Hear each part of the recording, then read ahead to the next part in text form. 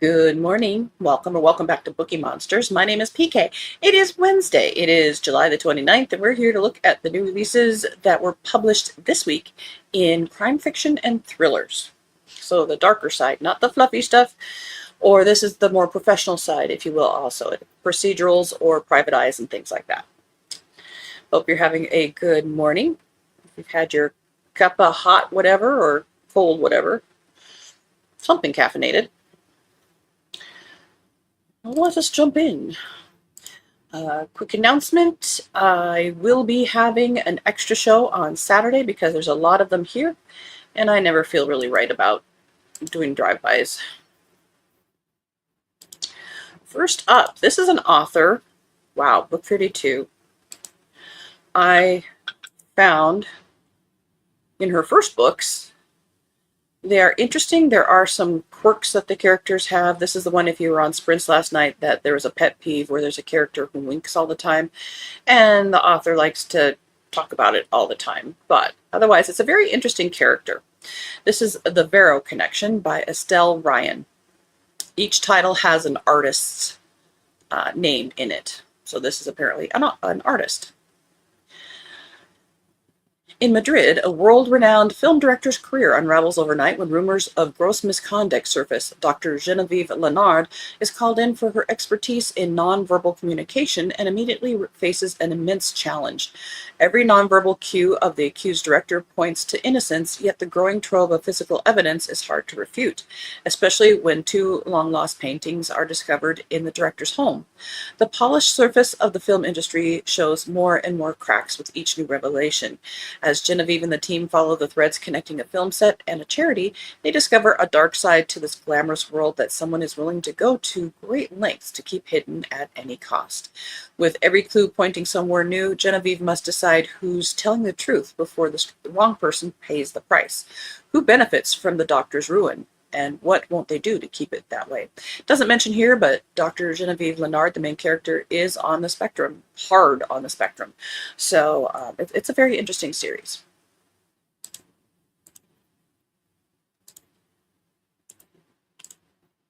Next up, I did put the Victoria Thompson here because they're private investigators and the cozy mysteries were so jam-packed. Amy said, good morning, PK and everyone else in the chat. Good morning. It will be another triple temp day. Blah. Thursday and Friday are both expected to be as well, but we have rain coming, so we cool off. Oh, that's good.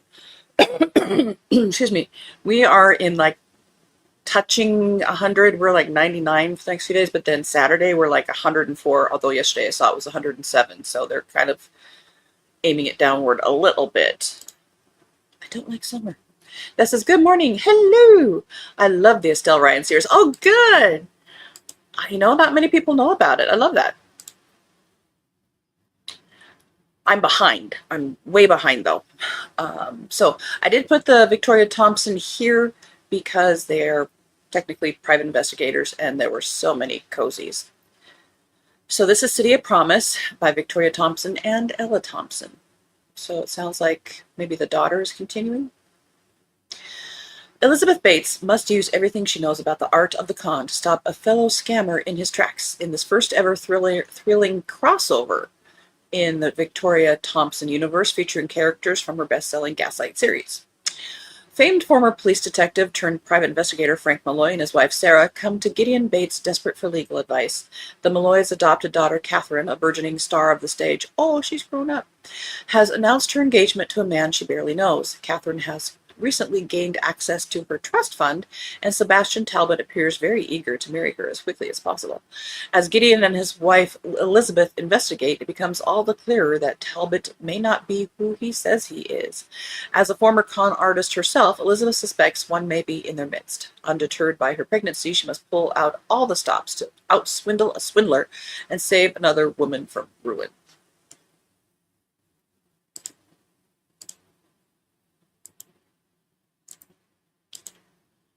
And this one I usually put in the other category as well, but again, very packed full. I have read, I like this author a lot. This is I'm behind too, about 5 books to read. I think I'm further behind than that. This is in her, well, maybe it's her 3rd or 4th by this point, but this is in the Tate and Bell series. I've read the first one, I believe. This is Murder on Devil's Ridge. Nurse Gemma Bell and her new husband, Inspector Sebastian Bell, are visiting his family in Suffolk when a neighbor discovers the brutal murder of a young girl high on Devil's Ridge. Left alone to examine the body while Sebastian breaks the devastating news to the girl's father, Viscount Ravenel, Gemma finds disturbing wounds that suggest calculated ritual, not random violence, and before long whispers from the village reach her of pagan sacrifice and ancient blood offerings. With no local police, the desperate Viscount begs Sebastian and Gemma to investigate, and as the couple question the manor's servants and family, they uncover forbidden desires, bitter resentments, and desperate ambitions lurking behind respectable facades. When another child vanishes from her bed, the investigation takes on terrible urgency. Racing against time to prevent another death, Gemma risks everything to uncover the truth. But in this close-knit, isolated community, could the killer's next target be the outsider nurse who knows too much? Maybe.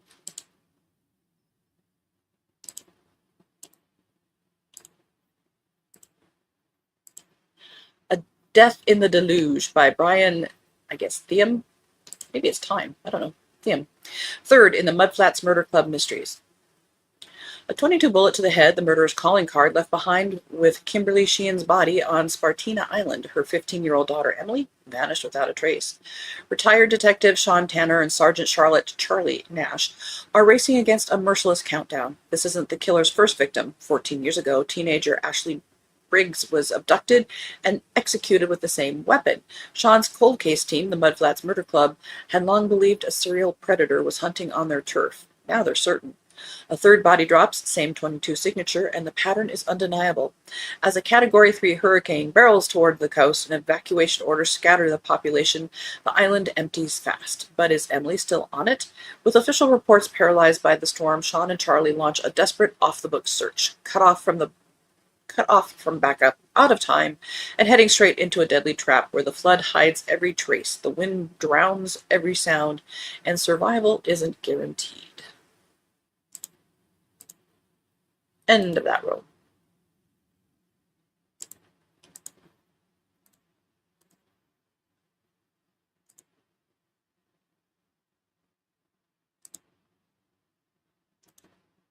A Fatal Crossing by Tom Hindle.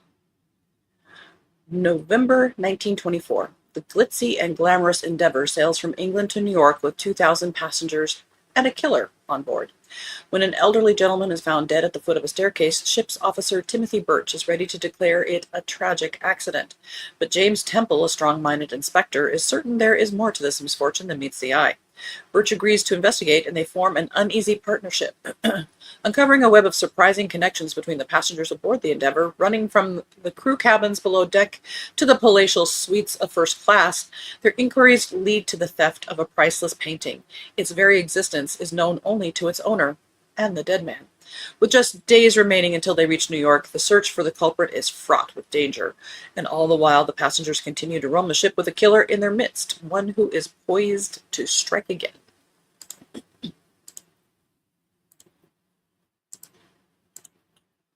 Just look for the person who's poised. Backtrack by Mark Cameron, 8th in the Arliss Cutter series. 1977. D. Wayne Cutter is a former U.S. Army Green Beret, part-time horseshoer, and a full-time Texas deputy sheriff with a second grandchild on the way when a quiet Sunday morning ends in murder and a manhunt. The theft of $5 million in diamonds from an armored truck leaves 2 guards dead, 1 outlaw tracked down and taken out by Cutter, and another, Ricky Lee Pink, 240 pounds of teenage rage, sentenced to life. The diamonds were never recovered, and Pinky never forgot that heist gone violently wrong. 2026. Following in the righteous footsteps of his late grandfather, Deputy U.S. Marshal Arliss Cutter gets word that Pinky has been granted release. Nursing a grudge for decades, Pinky vows to avenge the murder of his criminal mentor and find the whereabouts of the stolen gems that he believes is a buried Cutter family secret. Boarding an Alaskan cruise ship and joined by two miscreant cellmates and his pen pal girlfriend, Pinky aims for Anchorage, home to his ultimate target. Everyone Arliss holds near and dear. Arliss must move fast because Pinky has the edge, and he has the mind to make the last living cutter pay.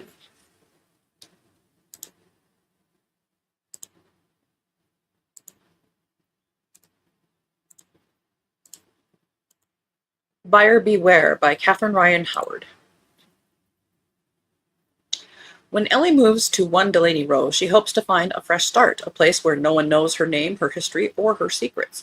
But what she doesn't know is that her new house is already hiding someone else's secrets, and the people determined to keep them are watching her. As Ellie starts to unravel the house's disturbing backstory, coming closer to the shocking mystery at its center, she unwittingly puts herself on a deadly collision course, not just with her new home's history, but with her own as well. Short and sweet. We like those. Desert Heist by Alex Decker. Must be Green Beret Day. Nate Wild is a former Green Beret and aspiring Harvard archaeologist. Leaving the military after catastrophic deployment that ended with most of his team dead or injured, he chooses to pursue his passion for history. When his dissertation proposal to search for the legendary lost city of Ubar in Saudi Arabia is rejected by the Harvard Examining Committee and his expedition permit is denied by the Saudi government, Nate resolves to continue his research by any means necessary, and the only path left to him is to enter Saudi Arabia's empty quarter through war-torn Yemen, the same sands where his brothers lost their lives years ago.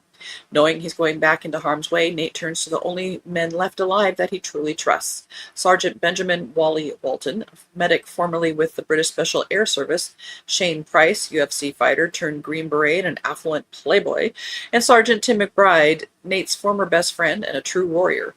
Along the way, the group meets Anna Mitri, a geologist of Egyptian heritage searching for her missing father, whose research is key to Nate's quest.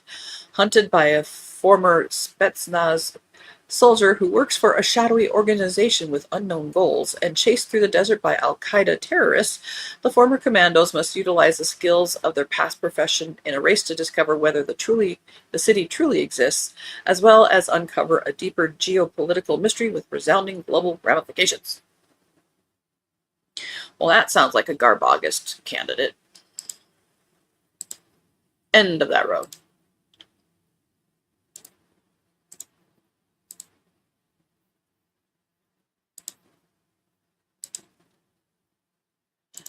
Hey, good morning, Elena. She says, tomorrow is my birthday. Well, happy early birthday.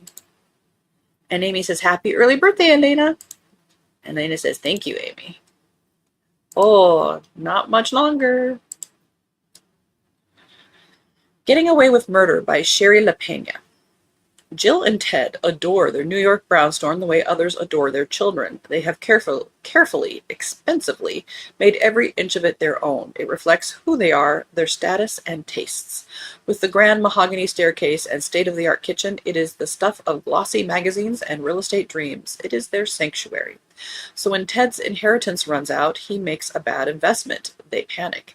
How can they protect their beloved home and enviable lifestyle?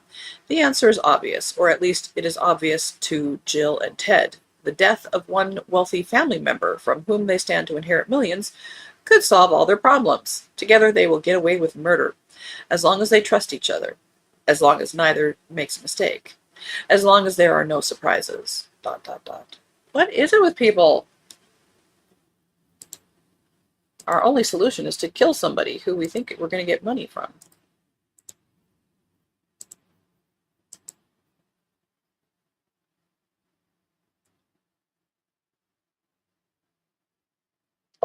Furious Violet by Sarah Walker.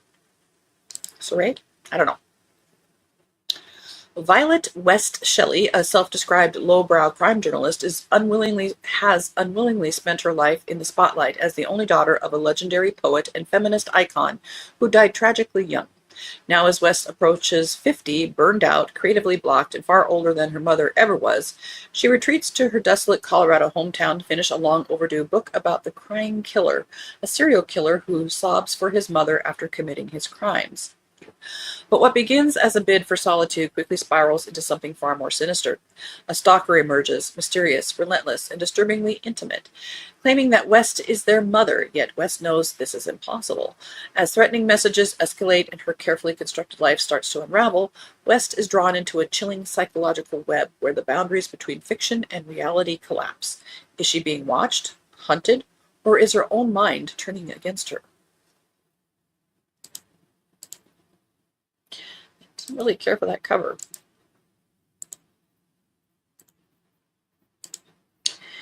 Indie Darling. Oops. By Lauren Nossett. Nashville is a city of two faces where the glitter often masks the grit. Kelly Williams, a Dolly Parton-loving, sports car driving private investigator in Nashville, helps women, sisters in search of lost siblings, wives determined to uncover affairs, daughters haunted by men lingering outside their windows. Clients trust her because she listens, she believes them, and over the years she's honed a specialized skill set. Her latest client is Sarah Owens, better known as Seraph, the magnetic and polarizing lead singer of the indie sensation The Garden Snakes. After a series of threats turns violent, she hires Kelly to identify her assailant. With feminist anthems, cryptic lyrical Easter eggs, and an electrifying stage presence, Seraph has built a fiercely loyal following and attracted a number of critics. At that level of fame, her attacker could be anyone. Then, in the middle of a Nashville performance, Seraph is shot on stage. The ambulance carrying her disappears. As the city reels and conspiracy theories swirl, Kelly is pulled into a dangerous web of secrets involving Seraph's bandmates, her troubled past, and the high cost of stardom.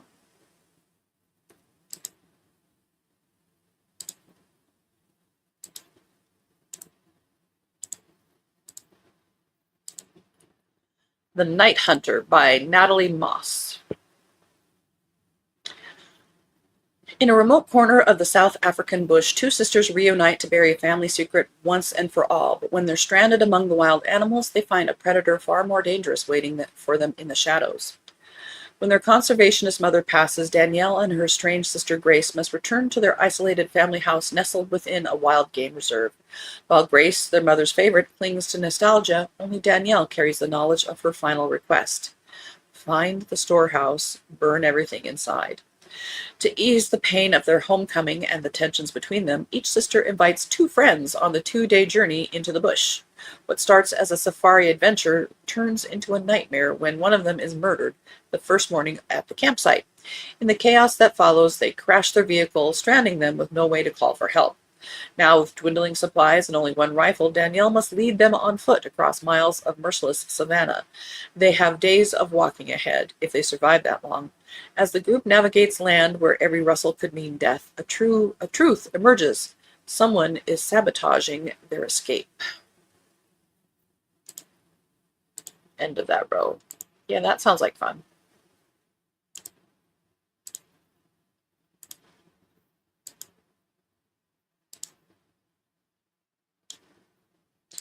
Beth says, happy birthday. Elena says, I have Zumba class for my birthday tomorrow from 6 p.m. to 7:15. Ooh. Beth says, Desert Heist sounds like a whole series crammed into one book and way too long a summary. Indeed. Elena says, see you Friday. Well, have a good birthday, sweetie. Amy says, I agree, Beth. It does sound like a whole series. I agree. The Paris Chase by David Lewis, third in the Secret Churchill Files. Oh, I think that I have this one under Spy versus Spy, though I haven't read it yet. London, 1942. The threat of German invasion has abated and the war has entered a new chapter, famously summed up by Winston Churchill as the end of the beginning. While Churchill faces mounting pressure and calls for his resignation, a dark new horror is unfolding across the Channel as the Nazis move forward with their plan to murder Europe's Jews. In the Berlin suburb of Wannsee, young SS officer Dieter Silber helps organize the conference where Reinhard Heydrich outlines his final solution. Horrified, Dieter steals a copy of Heydrich's proposal and flees to Paris. Soon there are posters all over the city seeking his whereabouts. If he is not found swiftly, many innocents will die in his place. Katrin has her mission directly from Churchill himself. Bring Dieter and the document back to London. Posing as a maid for another female spy, she takes up residence at the mansion opposite SS headquarters on Paris's Avenue, I'm going to say this wrong, Faux. Once Dieter is located, the chase will begin in earnest. Among Katrin's allies are a local gangster, and her aristocratic friend, Lord Hector Neville Percy. The resistance is formidable and courageous, but always the SS are in close pursuit, and as Katrin has learned, this is a war in which every moment and even the smallest decision can mean the difference between life and death.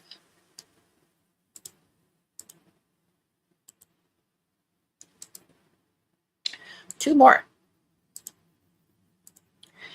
The Taken Girls by Glenn Cooper.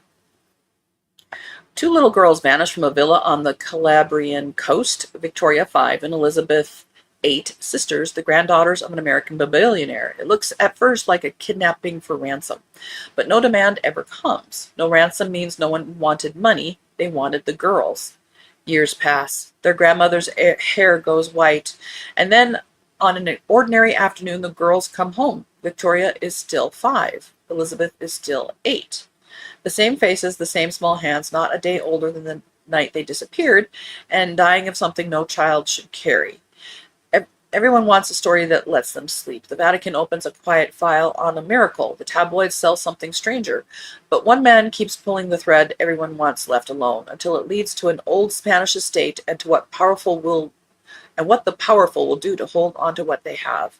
Victoria and Elizabeth were not the first children taken, and they are still collecting.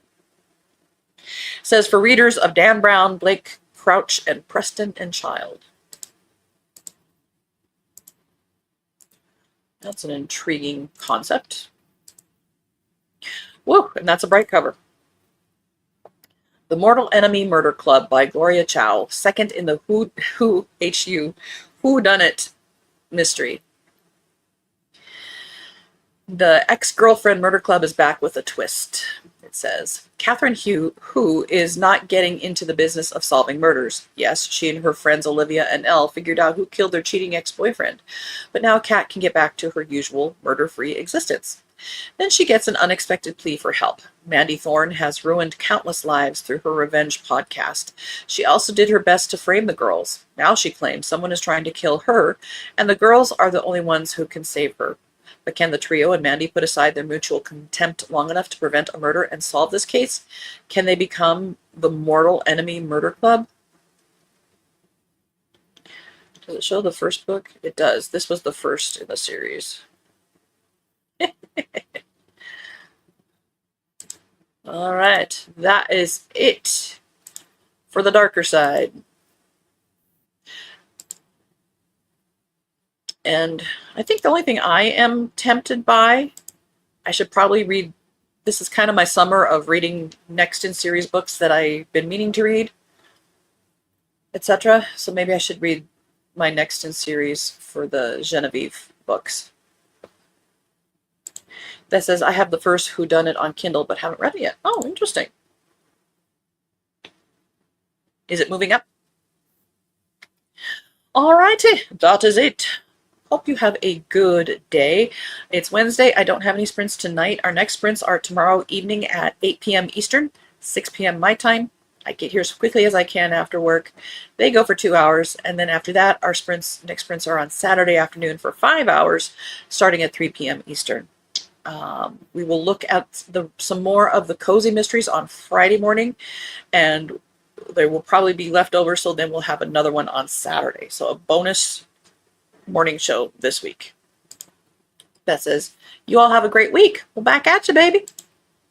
And Amy says, I added the Genevieve series to my Libby favorites. Cool.